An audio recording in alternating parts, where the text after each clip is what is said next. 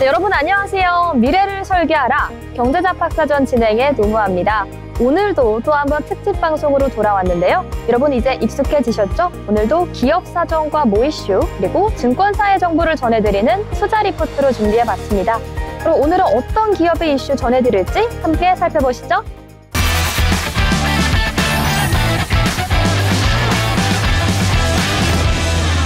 여러분 하루에도 한 번쯤 꼭 들리게 되는 곳이 있죠. 바로 편의점인데요. 오늘은 국내 편의점 CU를 운영하고 있는 기업 BGF 리테일을 소개합니다. BGF 리테일의 시작은 1989년 보강 패밀리마트에서부터였습니다. 일본 패밀리마트와 손잡고 1호점을 열었습니다. 낯설었던 편의점 문화가 24시간 영업과 간편식 덕분에 빠르게 대중화되면서 생활 속 가까운 매장으로 자리 잡게 된 건데요. 2012년에는 일본과 계약을 마무리하고 독자 브랜드 CU를 출범시킵니다. 그리고 본격적으로 한국 소비자 맞춤형 모델을 구축하기 시작하는데요. 특히 삼각김밥과 도시락, 디저트 같은 간편식으로 편의점에서 한 끼 해결이라는 이미지를 만들며 차별화를 시작했습니다. 그렇다면 CU가 소비자의 마음을 사로잡은 그 비결은 무엇이 있을까요? 바로 자체 브랜드 상품 전략입니다. 먼저 PB LCK 라인인데요. 여기서 LCK는 Let's CU 코리아의 약자로 CU의 프리미엄 간편식 라인업을 뜻합니다. 두 번째로 겟커피는 합리적인 가격으로 카페 수준의 원두를 즐길 수 있게 하면서 아침 출근길 직장인들의 든든한 동반자가 되고 있습니다. 마지막으로 델라페는 달콤한 음료와 디저트 음료 브랜드인데요. 계절마다 한정 메뉴를 내놓으면서 MZ 사이에서는 편의점에서 즐기는 작은 카페라는 경험을 제공하고 있습니다. 이렇게 CU는 다양한 소비자들의 기호를 빠르게 반영하면서 편의점에서 느낄 수 있는 최대의 만족감을 제공하고 있습니다. 또 한 가지 최근 BGF 리테일은 ESG 경영도 강화하고 있습니다. AI 센서를 활용한 무인 편의점, 전기차 충전소와 결합된 신개념 점포, 그리고 친환경 포장재를 적용한 친환경 매장까지 환경과 사회적 책임을 함께 고려한 미래형 리테일 모델을 점차 확대해 가고 있습니다. 여기서 글로벌 진출도 눈에 띄는데요. 2023년 6월 국내 업계 최초로 카자흐스탄에 진출했고요. 2024년 3월에는 1호점을 성공적으로 열며 글로벌 기반을 다졌습니다. 2025년에는 미국 하와이의 유통기업과 마스터 프랜차이즈 계약을 체결했습니다. 그래서 지금까지 북미 시장까지 발을 넓히고 있는데요. 그 결과 2024년 기준 국내 점포 수는 18,458개, 해외 점포는 609개를 돌파하며 글로벌 네트워크를 꾸준히 확대하고 있습니다. 재무 성과도 한번 살펴보겠습니다. 2024년 연결 매출은 약 8조 6천억 원, 영업이익은 3천억 원으로 전년 대비 각각 5%와 7%를 증가했습니다. 치열한 업계 경쟁 속에서도 안정적인 성장세를 꾸준히 보여주고 있습니다. 앞으로의 방향은 더욱더 분명해지고 있습니다. 무엇보다 생활 플랫폼으로의 진화가 핵심인데요. 단순히 먹거리를 파는 공간이 아니라 택배, 금융, 공과금 납부까지 해결할 수 있는 생활 거점으로 자리매김하고 있습니다. 또한 글로벌 확장도 계속해서 이어지는데요. 카자흐스탄, 말레이시아를 넘어 하와이까지 진출하며 K-리테일이라는 새로운 한류 문화를 수출하고 있습니다. 여기에 최근 정부가 추진하고 있는 민생회복 소비 쿠폰 정책 역시 편의점 업계에 긍정적으로 적응할 수 있는데요. CU 역시 이러한 소비 회복에 직접적인 수혜를 볼 것으로 기대되고 있습니다. 마지막으로 디지털 혁신도 빼놓을 수 없죠. AI 발주 시스템, 무인 점포, 데이터 기반 소비 분석까지 이렇게 미래형 편의점의 청사진을 그리고 있습니다. 이처럼 BGF 리테일은 더 이상 단순한 동네 편의점을 넘어 종합 생활 플랫폼으로 성장하고 있습니다. 앞으로 CU가 만들어갈 새로운 편의점 문화 계속해서 기대해봐도 좋겠습니다.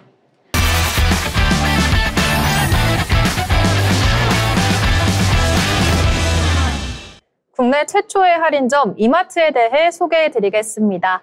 대한민국 최초 할인점 이마트는 신세계그룹에 속해 있습니다. 1993년 창동점 오픈과 함께 탄생했으며 2006년 월마트 코리아의 지분을 인수해 세계를 놀라게 했는데요. 현재는 국내 최대 규모의 물류센터와 신선식품 전용 후레쉬 센터, 미트센터 등을 운영하며 새로움을 이끄는 유통기업으로 자리매김했습니다. 또한 스타필드 마켓, 이마트 푸드마켓 등 특화 매장을 출점하며 유통 혁신을 주도하고 있습니다. 이마트는 11월 11일 올해 3분기 영업이익을 발표했습니다. 연결 기준 이마트의 올 3분기 영업이익은 1,514억 원으로 전년 동기 대비 35.6% 증가했습니다. 순이익도 3,103억 원을 기록하며 흑자 전환에 성공했는데요. 매출은 7조 4,008억 원으로 전년보다 1.4% 하락했음에도 영업이익은 35.5% 증가한 수치입니다. 이마트는 1분기와 2분기에 이어 3분기에도 실적 개선세가 지속되며 본업 경쟁력 강화 전략이 가시적으로 이어지고 있습니다. 특히 트레이더스가 이마트의 수익성 개선을 견인하는 핵심 성장축으로 성장했습니다. 고물가가 이어지면서 창고형 할인 매장이 가성비가 뛰어난 채널로 부성했기 때문인데요. 트레이더스의 올 3분기 영업이익은 395억 원으로 전년보다 11.6% 증가했습니다. 매출도 3.6% 늘어난 1조 4억 원을 기록하며 분기 기준 처음으로 1조를 돌파했습니다. 합리적 가격의 차별화 상품과 글로벌 소싱 전략을 앞세운 자체 브랜드 티스탠다드가 트레이더스만의 강점으로 작용한 겁니다. 또한 이마트는 대형 할인 행사 고레잇 페스타와 주요 생필품은 상시 최저가 수준으로 운영하는 가격 파격 선언을 통해 업계 전반의 가격 혁신을 주도하는 동시에 해외 직소싱을 강화해 상품 경쟁력과 가격 우위를 동시에 확보했습니다. 상품 혁신을 본격화한 건데요. 이에 더해 스타필드 마켓을 중심으로 공간 혁신 리뉴얼을 추진하며 고객 방문 확대와 매출 성장을 동시에 이끌어냈습니다. 반면 이마트의 이커머스는 부진한 모습입니다. 이에 이마트는 쓱닷컴과의 협업을 바탕으로 상품, 가격, 배송 등 온라인 장보기 핵심 경쟁력을 강화하겠다고 밝혔습니다. 대형 프로모션 공동 추진, 배송 서비스 고도화 등 협업을 확대해 온라인 이마트로서의 정체성을 공고히 하는 것입니다. 온라인 영역을 확장하면서 이마트는 점점 더 치열해지는 이커머스 시장에서 차별화를 꾀할 수 있을지 관심이 모아집니다. 지금까지 기업사전이었습니다.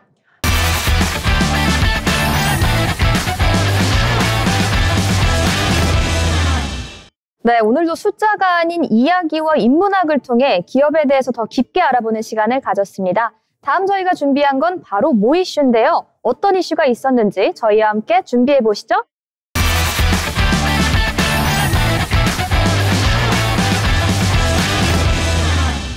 K-팝이 그래미 후보에 올랐다. 이 한 문장만으로도 예전엔 전 세계가 들썩였었는데요. 이번엔 블랙핑크 로제의 아파트, 그리고 영화 K-팝 데몬헌터스의 수록곡 골든이 나란히 그래미 올해의 노래 본상 후보에 이름을 올렸습니다. 방탄소년단 이후 3년 만, 그리고 여성 K-팝 아티스트로서는 사상 최초입니다. 네, 그래미 어워즈는 단순한 인기 시상식이 아닙니다. 음악성으로만 평가받는 세계 최고 권위의 무대죠.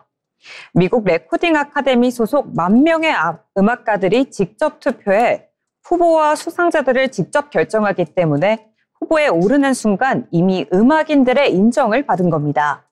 그래서 K-팝 두 곡이 동시에 본상 후보에 올랐다는 건 이제 한국 음악이 주류의 중심에 섰다라는 상징이기도 하죠. 그래서 올해 전 세계를 휩쓴 애니메이션, 바로 K-팝 데몬헌터스. 그 시그니처 곡인 골든이 그래미 본상 후보에 올랐습니다. K-팝 리듬에 할리우드식 오케스트레이션을 얹은 하이브리드 사운드로 평가받고 있죠. 작곡가 이제는 이건 단순한 수출이 아니라 한국식 감각이 세계 표준 안으로 들어간 순간이라며 소감을 전했습니다.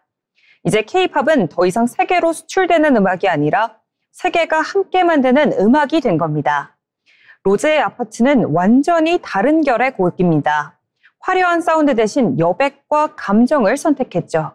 도시의 외로움과 인간의 정서를 미니멀하게 표현한 이 곡은 그래미가 가장 중요하게 보는 보컬 표현력과 작곡 완성도 모두를 인정받았습니다. 이번에 로제는 올해의 노래, 올해의 레코드, 베스트 팝 솔로 퍼포먼스까지 총 3개 부문 후보에 이름을 올렸습니다. 그야말로 K-팝 여성 솔로의 새로운 역사입니다. 그래미 본상 지출은 단순한 기록이 아닙니다. 2021년 방탄소년단이 다이너마이트로 K-팝의 문을 처음 열었다면 이제 로제와 캐데어는 그 문을 완전히 통과한 셈입니다. 한쪽은 감성 중심의 음악성, 다른 한쪽은 콘텐츠 산업과의 융합. 두 방향 모두 K-팝이 하나의 장르를 넘어 문화 산업이 되었음을 보여줍니다. 다시 말해 K-팝은 더 이상 한류가 아니라 글로벌 스탠더드가 된 거죠. 그래미 어워즈는 내년 2월 1일 미국 로스앤젤레스에서 열립니다. 결과가 어떻게 나오든 이제 그래미 무대는 꿈의 무대가 아니라 도전의 무대가 되고 있습니다. K-팝은 지금 수상을 넘어서 영향력의 시대를 향해 가고 있습니다. 이제 놀랍지도 않다. 이 한마디가 K-팝에겐 가장 멋진 찬사로 남을 것 같습니다. 결국 이번 주의 키워드는 2가지입니다. 하나는 아파트, 감정의 깊이로 세계를 울린 음악. 또 하나는 골든, K-콘텐츠의 확장성을 보여준 사운드. 두 곡 모두 K-팝이 유행을 넘어 기준이 되는 순간을 만들었습니다. 이제는 놀랍지도 않을 수도 있지만요. 그래도 여전히 자랑스러운 K-팝 소식이었습니다. 이상 모이쇼 전해드렸습니다.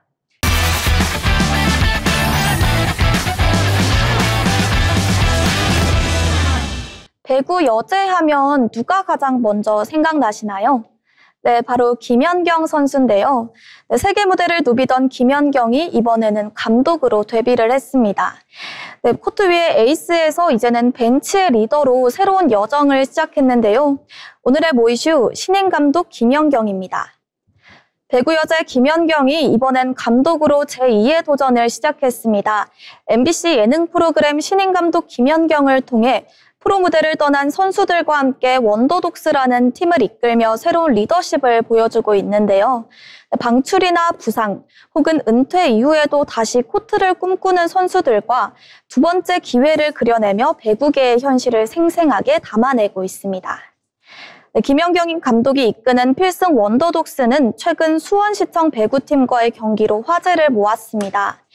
프로 출신 선수들이 모여 훈련을 시작한 지 한 달도 채 되지 않았지만 경기 내내 끈질긴 집중력과 투지를 보여주며 이 팀 진짜다라는 평가를 얻었는데요. 김연경 감독은 직접 훈련을 지휘하며 기술보다 자신감 회복을 강조했습니다. 그는 결과보다 성장, 그리고 선수들의 자신감을 되찾는 게 목표라고 말했습니다. 프로 무대에서 한때 빛을 봤지만 현실의 벽에 부딪혀야 했던 선수들, 그들에게 김연경은 단순한 지도자가 아니라 다시 뛰게 만드는 불씨가 되고 있습니다. MBC 제작진은 스타 김연경의 이름을 내세운 예능이 아니라 배구계가 안고 있는 문제를 자연스럽게 보여주는 리얼 다큐 형식의 예능이라고 설명했습니다. 네, 그래서일까요? 시청자들 사이에서 이건 예능이 아니라 다큐다라는 반응이 이어지고 있습니다. 네, 현재 한국 여자배구 V리그는 7개 구단 체제로 운영되고 있습니다. 팀 수가 많지 않다 보니 신인 지명에서 탈락하거나 부상이나 재정 문제로 선수 생활을 이어가지 못하는 경우가 적지 않은데요. 네, 결국 이런 유망한 선수들이 설 자리가 줄어드는 게 현실입니다. 네, 이런 구조 속에서 김연경 감독의 원더독스는 리그 밖에서도 충분히 경쟁력 있는 경기를 만들 수 있다는 가능성을 보여주고 있습니다. 네, 즉, 단 한 번만의 기회가만이 아닌 두 번째 무대가 필요하다는 메시지를 스포츠 예능이라는 현식을 통해 던지고 있는 겁니다. 최근 스포츠계에서는 스타 선수들이 은퇴 후 지도자나 멘토로 변신해 콘텐츠와 스포츠 산업 전반의 변화를 이끄는 사례가 늘고 있습니다.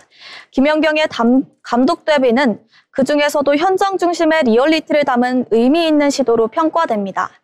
경험 많은 선수가 직접 팀을 이끌며 선수들의 현실을 있는 그대로 보여주는 진짜 이야기, 그 리얼함이 시청자들의 공감을 불어일으키고 있습니다.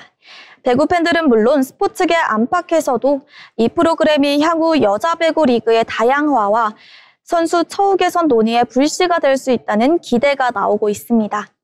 네, 결국 신인 감독 김연경은 웃음을 위한 예능이 아닙니다. 프로 무대 밖으로 밀려난 선수들의 이야기, 그리고 그들을 다시 일으켜 세우는 김연경 감독의 진심이 담긴 다큐멘터리 같은 현실이죠. 우리나라 여자 배구는 현재 7개 구단뿐, 그만큼 기회도 한정적입니다. 하지만 이번 프로그램이 그 좁은 문을 조금이나마 넓히는 변화의 시작이 되기를 기대해봅니다. 김연경 감독과 원더독스가 만들어갈 새로운 배구의 미래, 그 첫걸음을 응원합니다. 지금까지 모이슈였습니다.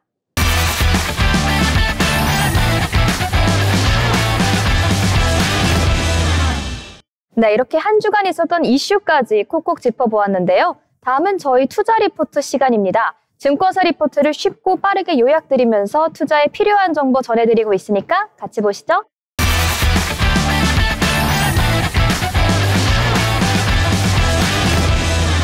준비한 리포트, 바로 기아차와 관련된 리포트인데요. 저희 저번 방송에서 현대차와 관련된 리포트를 알려드렸던 만큼 오늘 비교하면서 들어보시면 좋을 것 같습니다. 먼저 기아의 2025년 3분기 실적을 살펴보도록 하겠습니다. 이번 분기 실적은 시장 기대치보다는 다소 못 미쳤지만 전반적으로는 실적의 저점을 통과했다는 평가입니다. 이는 앞으로 실적이 점진적으로 회복될 가능성이 높다, 이렇게 해석할 수 있을 것 같은데요. 3분기 매출액 살펴보시면 2조 8,686억 원으로 전분기 대비 소폭 감소했지만 여전히 견조한 수준입니다. 영업이익도 살펴보시면요, 1,462억 원이고 영업이익률은 5.1%로 전분기 대비 하락하긴 했지만 이는 일시적인 것으로 분석되고 있습니다. 순이익은 1,425억 원으로 집계가 됐는데요. 이번 분기에는 관세의 인상 그리고 글로벌 공급망의 불안 등으로 인해서 외부 요인으로 수익성이 일시적으로 저하됐다는 분석이 이어지고 있습니다. 하지만 하이브리드와 SUV 등 고수익 모델의 판매가 증가하고 있다는 점은 긍정적인 포인트로 뽑을 수 있을 것 같은데요. 특히 글로벌 자동차 시장에서 친환경 차에 대한 수요가 정말 빠르게 증가하고 있습니다. 때문에 기아의 친환경 차 라인업 확대 전략이 중장기적으로 봤을 때 실적 개선에 굉장히 긍정적인 영향을 줄 것으로 풀이됩니다. 또한 최근 자동차 업계는 반도체 공급난, 원자재의 가격 변동 등 다양한 외부 변수를 마주하고 있는데요.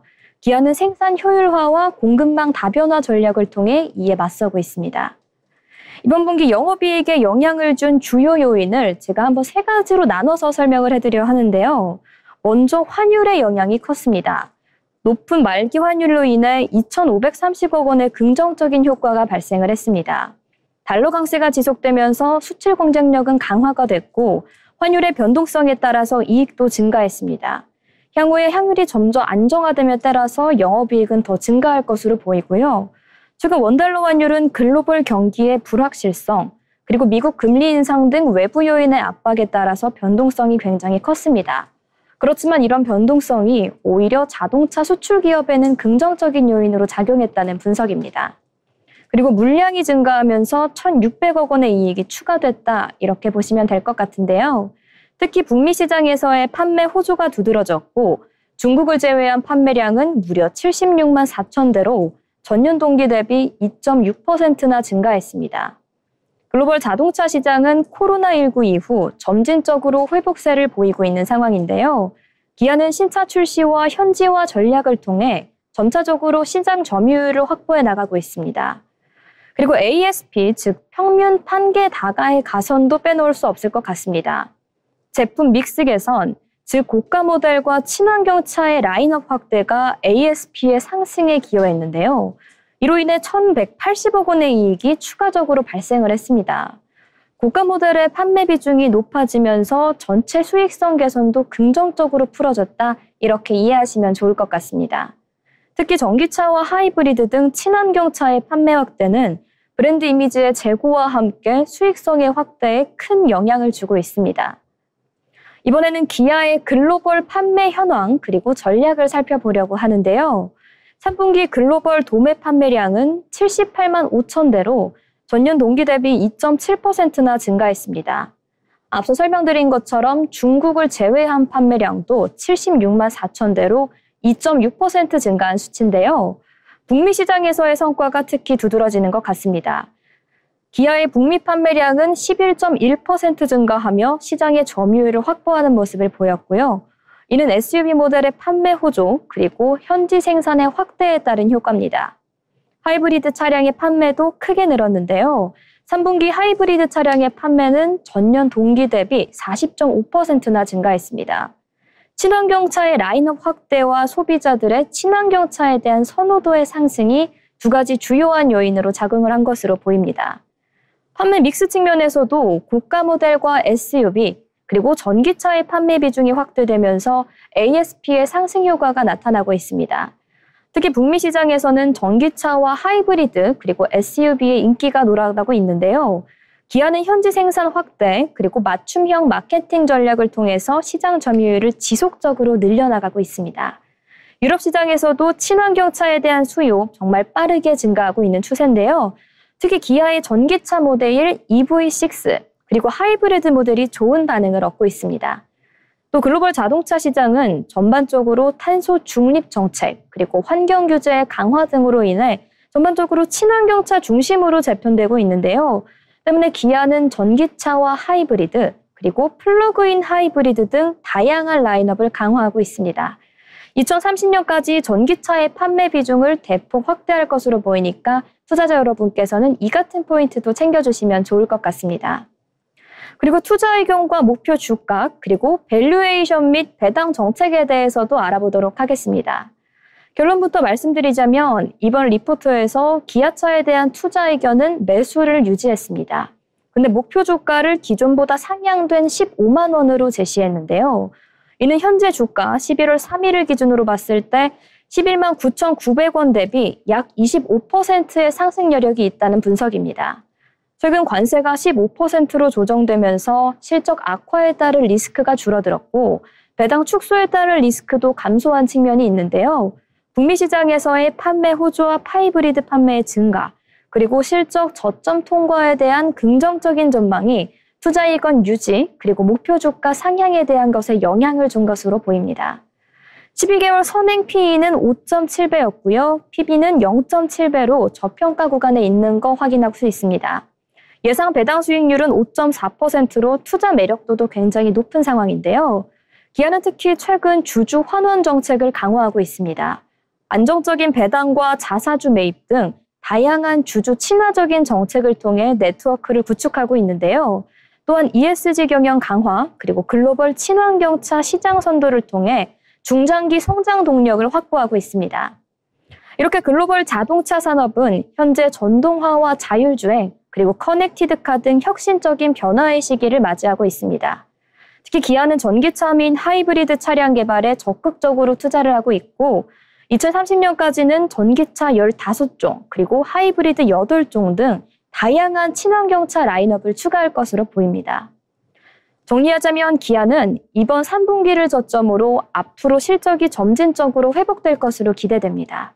북미 시장과 친환경차 판매의 호조, 그리고 안정적인 배당과 미래 전략이 그 투자 매력도를 높이고 있는데요. 투자자 여러분께서는 이러한 점 참고하셔서 현명한 투자하시면 좋을 것 같습니다. 지금까지 오늘의 투자 리포트였습니다.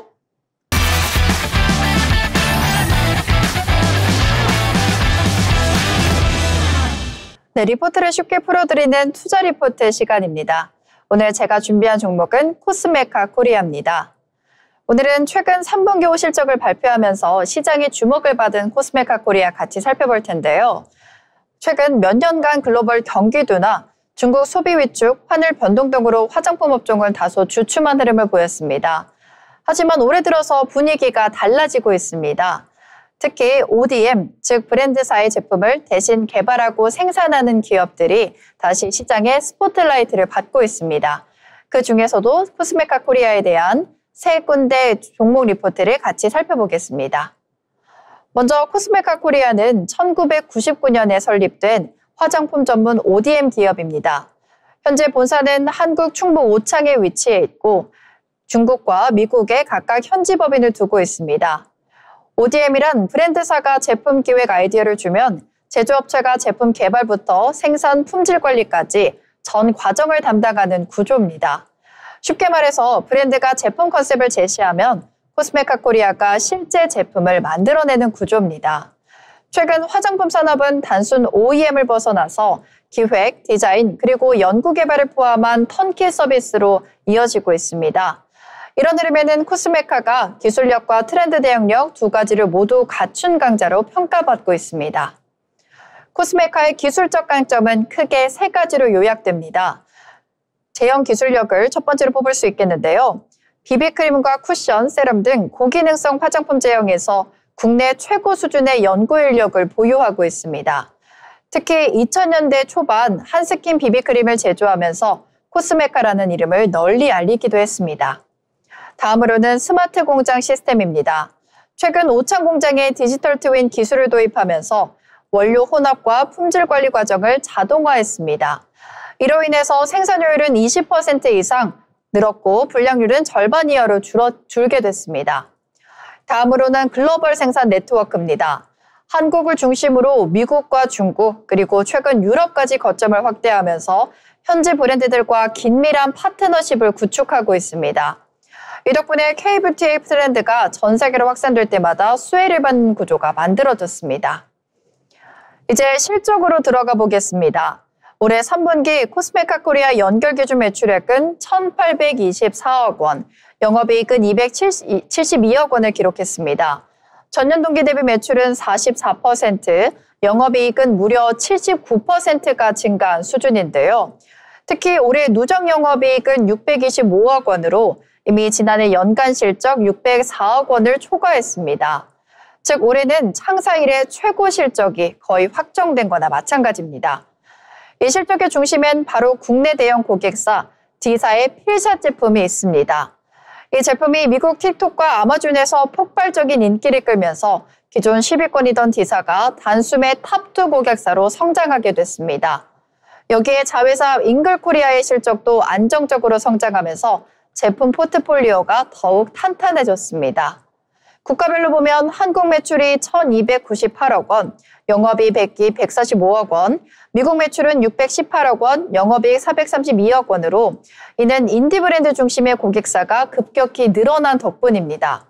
다만 중국 법인 매출은 811억 원, 영업이익은 6억 원을 마이너스가 되면서 여전히 부진한 흐름을 보였습니다.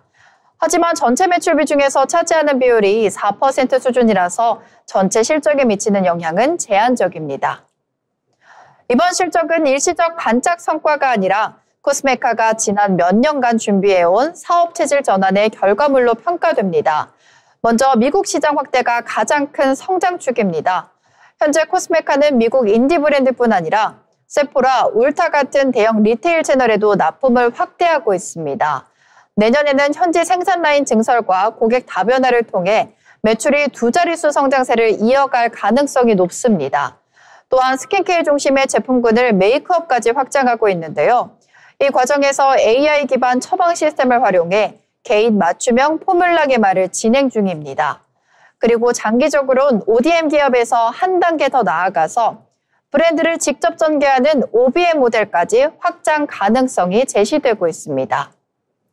그렇다면 증권사들은 어떻게 보고 있는지 각 증권사별 리포트 확인해 보겠습니다.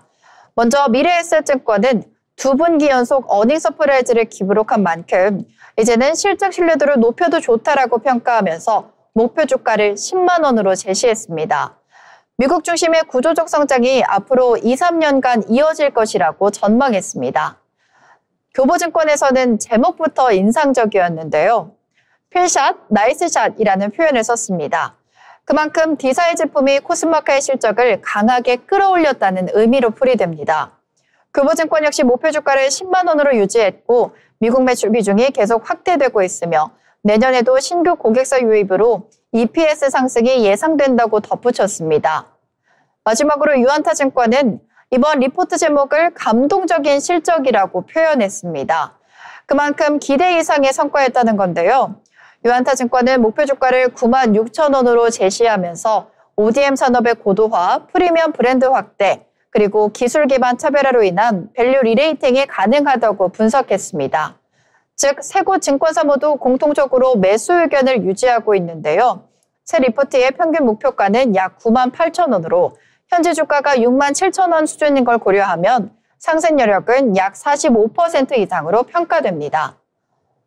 요약하자면 코스메카 코리아는 단순 ODM 제조사가 아니라 트렌드를 주도하는 기술 기반 뷰티 솔루션 기업으로 진화하고 있습니다.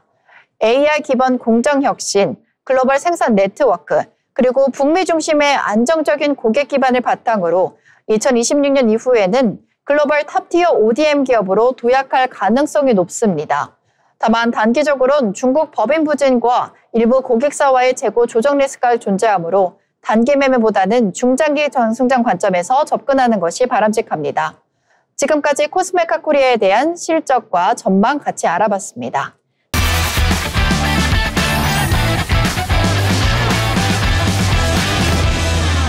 유진투자증권의 챗GPT 폴 카카오 정리 리포트입니다.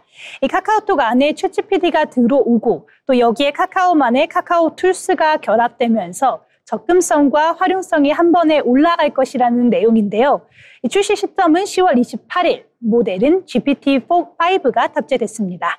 이번 서비스가 기존 이용자를 갈아타게 만든다기보다는 카카오톡의 높은 트래픽을 발판으로 신규 유입을 얼마나 넓히느냐가 관건이겠는데요. 지금부터 핵심 내용만 차근차근 살펴보도록 하겠습니다.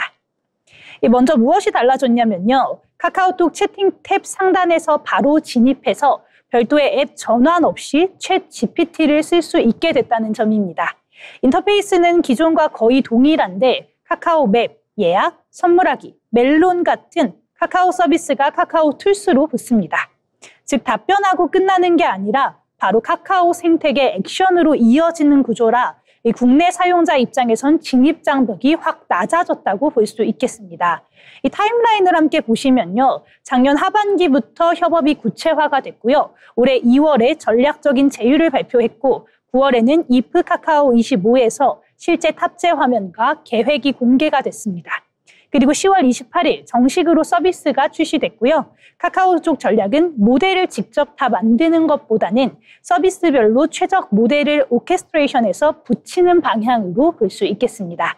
이번 출시가 그 첫 실전 적용이라고 볼 수 있겠는데요. 그렇다면 우리 장점도 살펴봐야겠죠. 이번 프로세스의 장점이라고 한다면 기존 챗 GPT 계정 그대로 로그인이 가능하다는 점인데요. 또 유료 구독 상태도 동일하게 인식이 됩니다. 다만 PC와 웹과의 연동이 아직 완전하지는 않기 때문에 카카오톡에서 하던 대화를 웹에서 계속하는 것은 어렵다고 하고요. 카카오 툴스가 섞인 응답은 웹에서 그대로 볼 수 없다는 제한이 있다는 점이 아쉬운 점이 되겠습니다. 이 반대로 챗GPT의 일부 부가 기능은 카카오톡에 아직 안 들어와 있고 카카오톡만의 카카오 툴스는 오리지널 웹에선 쓸 수 없는 구성이라는 점도 아쉬운 점이라고 할 수 있겠습니다. 이 핵심은 모델은 똑같다라는 점인데요. GPT-5로 답변 품질과 이미지 변환 같은 주요 기능이 기존 유료판과 사실상 동일하게 작동할 예정이고요. 차이는 카카오 툴스가 열어주는 현장성입니다.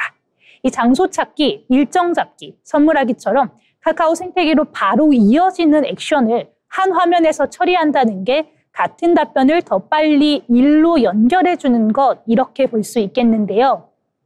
요금은 기존과 동일합니다. 플러스는 29,000원, 프로는 29만 원, 연말까지는 3개월 결제 시에 한 달 페이백 이벤트가 붙어 있는 상황이고요.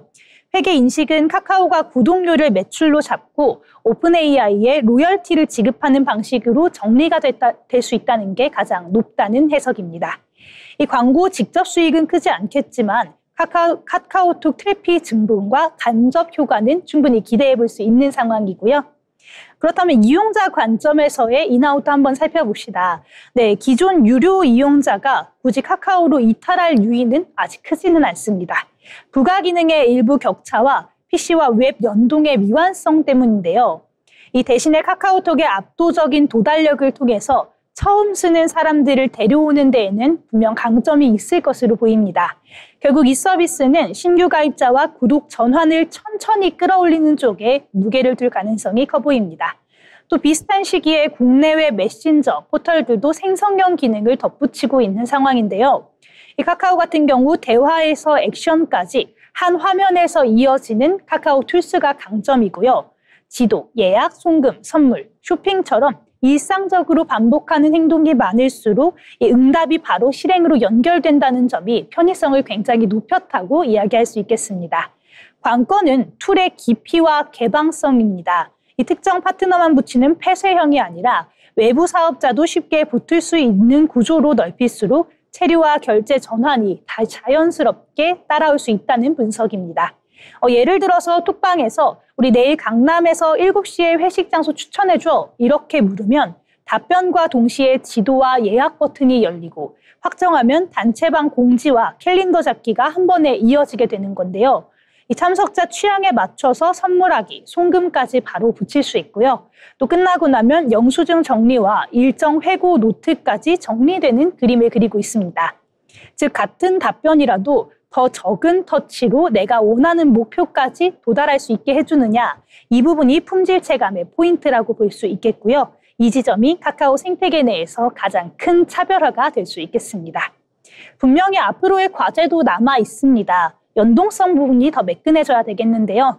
카카오톡과 웹의 대화 동기화, 또 카카오툴스 결과물의 웹 가시성, 또 그리고 챗GPT의 고급 기능을 카카오 환경에서 어디까지 확장시켜 줄지, 이 세 가지가 품질 체감의 직접적인 부분으로 볼 수 있겠습니다. 이 BM 측면에선 이모티콘, 클라우드 같은 기존 구독과의 묶음 상품, 혹은 토간 결제 UX와의 결합이 다음 단계가 될 수 있다고 보고 있습니다. 네, 그렇다면 오늘 리포트 한번 정리해 보겠습니다. 첫 번째로는 이 챗GPT로의 진입이 가장 쉬워졌고 품질은 기존과 동일하다는 점이고요. 둘째는 차별점은 카카오 툴스가 만들어내는 액션의 연결성인데 이 부분의 실용성이 커질수록 체류와 결제가 자연스럽게 따라올 수 있을 것으로 보여집니다. 마지막으로 기존 유료자 이탈보다는 신규 유입과 구독 전환의 우상향을 기대하고 있는 그림이다. 이렇게 이야기할 수 있겠습니다. 오늘 제가 준비한 투자 리포트 여기까지입니다.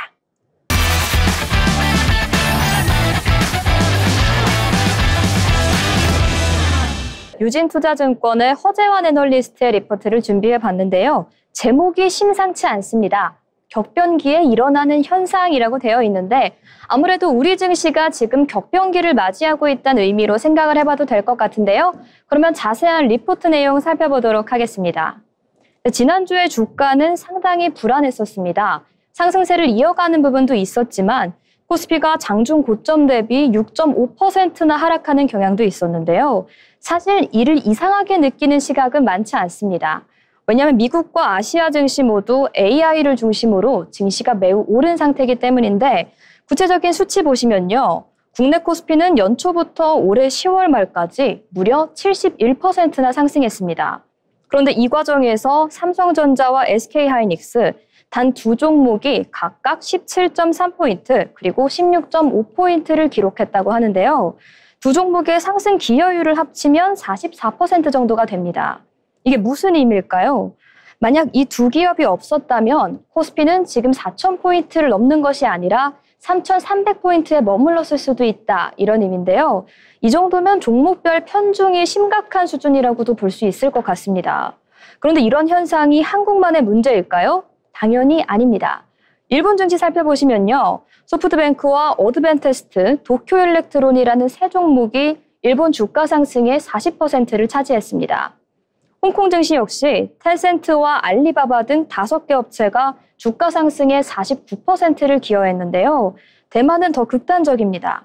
바로 TSMC라는 한 종목이 전체 주가 상승의 64%를 기록한 겁니다. 거의 3분의 1을 한 종목이 끌어올렸다고 보면 되는데 이렇게 아시아 전역에서는 소수의 AI 종목 중심의 반도체 랠리가 진행되고 있습니다. 아시아 증시 상승의 40% 이상이 AI 그리고 반도체에서 나왔다고 볼 수 있는 상황인데요. 따라서 AI 버블 관련 논란이 생길 때마다 이들 종목의 변동성은 커질 수밖에 없는 상황입니다. 그렇다면 왜 이렇게 특정 종목에 편중되는 걸까요? 이유는 바로 공급 부족에 있습니다. 일반적으로 주식시장에서 일부 종목들만 급등하는 현상은 건강하다고 보진 않습니다. 하지만 그렇다고 해서 버블을 심각하게 걱정할 시점은 아니라는 판단이 서는데요. 왜냐하면 이것은 수요와 경계의 불균형에서 비롯된 현상이기 때문입니다. 여기서 중요한 사실 하나 짚고 넘어가자면요. 테크 산업은 대체로 물가가 오르는 인플레보다 오히려 가격이 하락하는 디플레 성격이 강합니다. 보통 공급이 수요보다 많기 때문인데 반도체 역시 그 대표적인 예시입니다. 실제로 미국 생산자 물가 품목 중에서 반도체 물가는 2000년 이후부터는 늘 마이너스에 해당했습니다. 계속 가격이 떨어졌다는 얘기인데 그런데 최근에는 반도체 가격의 하락폭이 축소되고 있습니다. 심지어는 반등하는 조짐까지 보이고 있는데요. 이번 AI 데이터 센터 물량을 확보할 수 있는 가장 중요한 가늠자는 바로 전기와 전력입니다. 미국의 전력 물가를 살펴보시면 2020년 급등 이후에는 줄곧 하락하다가 올해 들어서 플러스로 돌아섰습니다. 전력 배송과 송전 가격이 다시 오르기 시작했기 때문인데 통신 장비와 컴퓨터 가격의 상승 역시 마찬가지입니다. 2022년에서 2023년만큼 상승하고 있습니다. 여기서 오늘의 리포트가 중요한 질문을 던졌습니다. 만약 현재 AI의 실체가 없다면 어떤 일이 일어났을까요? 이들 테크나 전력 관련 물가는 전부 하락했을 겁니다. 왜냐하면 전통적으로 테크 산업은 디플레 업종이기 때문입니다. 하지만 지금은 정반대 현상이 일어나고 있습니다. 바로 가격이 오르고 있기 때문인데요. 그리고 이것이 의미하는 바는 명확합니다. 지금이 바로 공급 부족 국면에 해당한다는 사실입니다. AI에 대한 수요는 실제하고 여전히 그 수요를 공급이 따라가고 있지 못하는 상황이라고 리포트에선 분석하고 있습니다. 따라서 현재의 주가 편중 현상은 버블이라기보다는 공급 부족에 따른 자연스러운 현상으로 보시면 될 것 같습니다. 그렇다면 앞으로의 주가는 어떻게 될까요? 현 국면이 공급 부족 국면이라면 주가의 상승세는 이어질 가능성이 높습니다. 하지만 여전히 중요한 포인트 하나가 있습니다. 바로 우리 증시가 너무 가파른 상승세를 탔다는 사실인데요. 주가가 9월 중순 이후 너무 가파르게 오르면서 주가의 변동성은 당연히 커질 수밖에 없는 상황입니다. 구체적인 수치를 보시면요. 지난 10월에만 코스피가 무려 19.9%나 상승했습니다. 이게 얼마나 대단한 기록이냐면 1980년대 이후 월간 코스피의 상승률로는 9위에 해당하는 엄청난 기록입니다. 과거 데이터를 분석해보면 흥미로운 사실을 알 수가 있는데요. 과거 코스피가 월간 20% 상승을 한 이후 주가는 결코 평온하지 않았습니다. 1998년 IMF 당시나 1999년 닷컴 버블 때처럼 더 급등하는 경우도 있었지만 5%에서 10%까지 하락하는 경우도 은근히 있었는데요. 이제 표를 살펴보시면 월간 20% 이상 상승한 후 다음 달에는 마이너스를 기록한 경우가 정말 많았습니다. 더 중요한 사실은 1999년에서 2000년 한창 버블이 쌓이면서 주가가 상승하던 시기를 살펴보면 미국 나스닥과 코스피 모두 고점 대비 10%에서 15%에 달하는 조정이 있었습니다. 이게 무슨 의미냐면 버블 장세에서도 조정은 반드시 찾아올 수밖에 없다는 얘기인데요.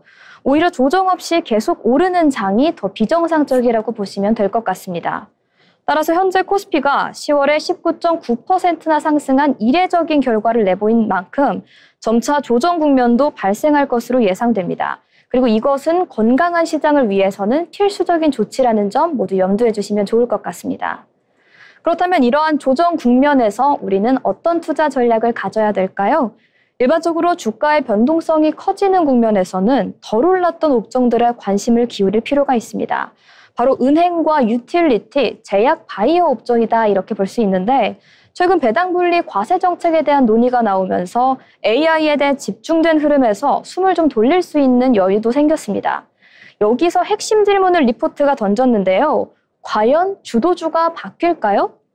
허재환 애널리스트는 이에 대해서 명확히 아니다라는 대답을 내놨습니다. 최근 주가 조정이 수요보다 공급이 부족해서 생기는 우려에 의한 것이라면 주도주가 변할 가능성은 여전히 낮기 때문이라고 하는데요. 실제 시장을 보시면 이 같은 상황을 확인할 수 있습니다. 반도체 업체들의 주가는 흔들렸지만 데이터 센터에 들어가는 미국 통신 장비, 네트워크 장비 업체들의 주가는 여전히 강력합니다. 노키아, 시에나 같은 기업들의 주가도 보시면 급등 이후에도 잘 견디는 모습이 나와주고 있는데요. 이것은 AI 인프라에 대한 수요가 여전히 강하다는 증거고 이러한 흐름은 국내 증시에도 그대로 남아 있습니다. 주도주는 변하지 않는다. 다만 숨을 고르고 있을 뿐이다라는 오늘 리포트의 메시지 이렇게 살펴봤습니다. 지금까지 투자 리포트였습니다.